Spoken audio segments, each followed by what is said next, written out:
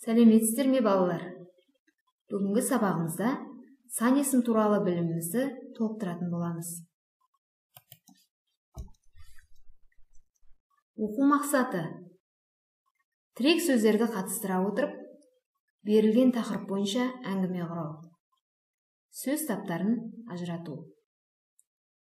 Бағалау критерийлері: тірек сөздерді қатыстыра отырып, берілген тақырып бойынша әңгіме құрайды.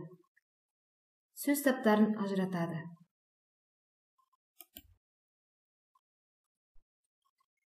Балалар, алдымен ережені есімізге түсірейік. Заттың санын, ретін білдіретін сөздерді сан есім деп атайды. Сан есімдерге қанша, неше, нешінші деген сұрақтар қойылады. Мысалы, 5, 7, 9-шы, 20-шы. Ал қазір 37-ші жаттығудағы санамаққа назар аударайық. Өлеңді суреттегілердің атын қойып оқы. 1 дегенім бала, анасына еркелейтін дана.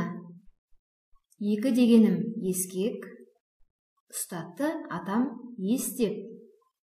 3 дегенім үйрек, көлде жүзер билеп. 4 дегенім тас, әрдайым іш ас. 5 дегенім білім, білімді бол, інім. Ал балалар, осы санамақты 10 санына дейін өздерің жалғастырып көріңдерші.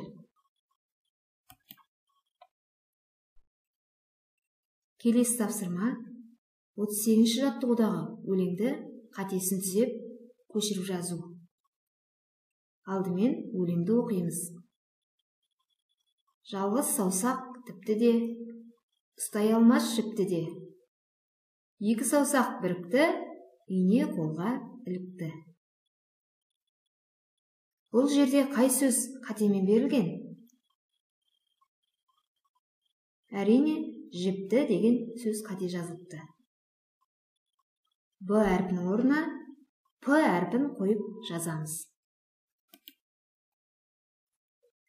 Бұл өлеңдегі қарамен берілген сөзді қандай сан есіммен ауыстыруға болады? Иә, жалғыз деген сөзді 1 деген сан есіммен алмастыра аламыз. Келесі тапсырмаға көшейік.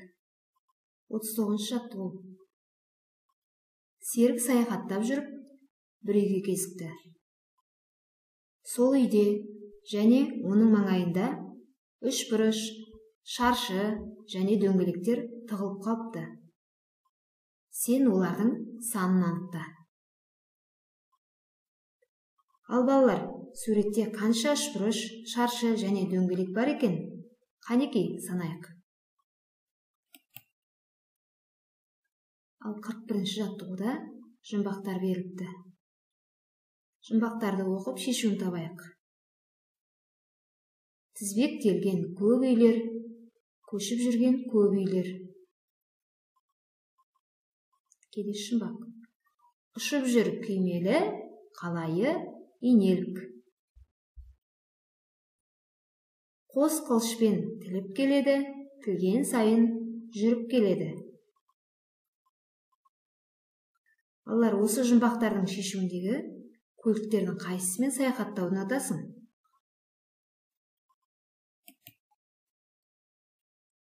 Үйге тапсырма 40-ші жаттығу. Құрамында сан есімі бар сөздерді сөзбен жаз.